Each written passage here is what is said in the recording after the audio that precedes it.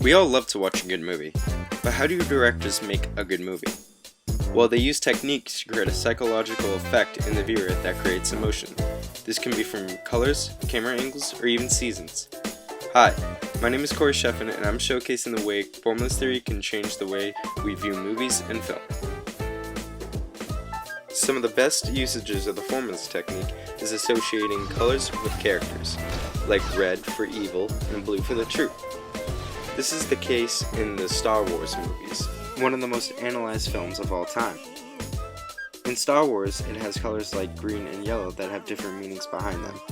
However, different meanings can happen in every movie, such as the Moulin Rouge, which is a romantic movie, has red for love.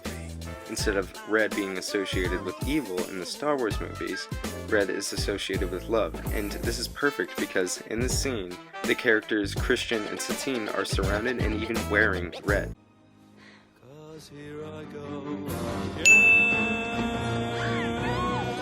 Love left us up where we belong.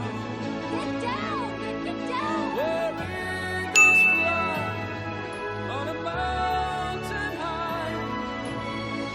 Love makes us act like... Again, colors can mean different things in every movie.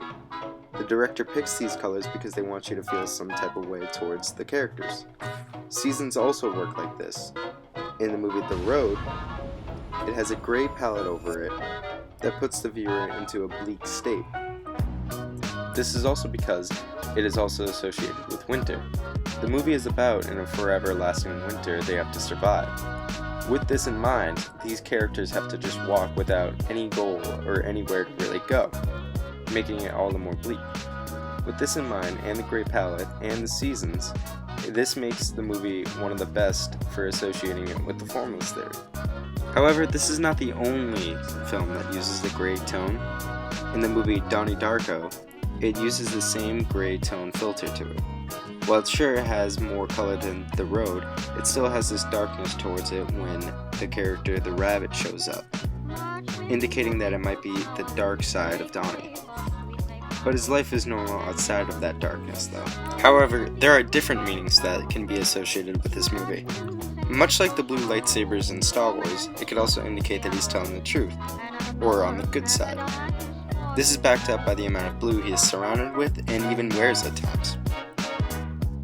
However, color is not the only big part in movies, there's also scene setup, and in movies like Memento, it's a huge deal. The first scene is one of the most important scenes in the entire movie, as it sets up the background knowledge of, instead of going forwards in time, the movie's gonna go backwards. Which may be a little confusing at first, but once you see it, you'll understand it. While this might have seemed obvious, without this camera scene, we would have been lost as the viewers. I might be going out on a limb here, but when I saw the movie, it seemed kind of blurred. Now, it might have been unintentional because the camera was maybe like 2 decades old, but still, if it was intentional, it might have been replicating Leonard's memory, how everything is just basically a blur from up to the point of the accident. But that's the beauty of formless theory. Basically, it's just going out on a limb all the time. All we do is analyze how the camera might judge or affect the character's traits and how it might relate to how they act and perform. We are always thinking of what was going on in the director's mind during the creation of the shot. Lastly, I want to talk about establishing shots. This shot is used commonly nowadays because of the technology we can to make these amazing shots. What this shot does is it establishes the scene, but very commonly, it is used to make the situation the characters are in seem a lot bigger than it is.